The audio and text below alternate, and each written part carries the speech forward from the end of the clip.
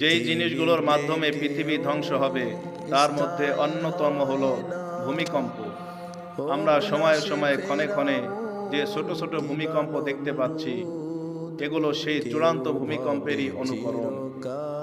আল্লাহ তাআলা সূরা জিলজালের মধ্যে বলেন, ইযা জুলজিলাতিল আরদু জিলজালাহা, যখন জমিন স্বীয় প্রকম্পে প্রকম্পিত হবে, ওয়া আখরাজাতিল আরদু আসকালাহা, এবং জমিন তার বোঝাকে বের করে দিবে।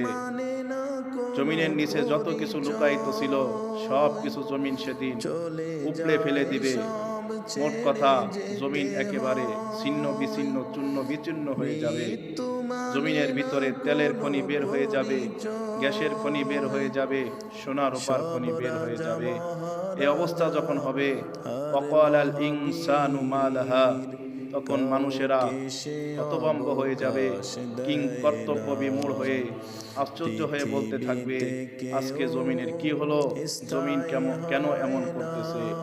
তাই আসুন আমরা কিয়ামতের সেই ভয়াবহ দিন আসার আগে আগেই এখন থেকে ছোট ছোট ভূমিকম্প দেখে শুধরে যাই, সতর্ক হই, গুনার কাজ ছেড়ে দিয়ে একমাত্র আল্লাহ তাআলার দিকে ধাবিত হই।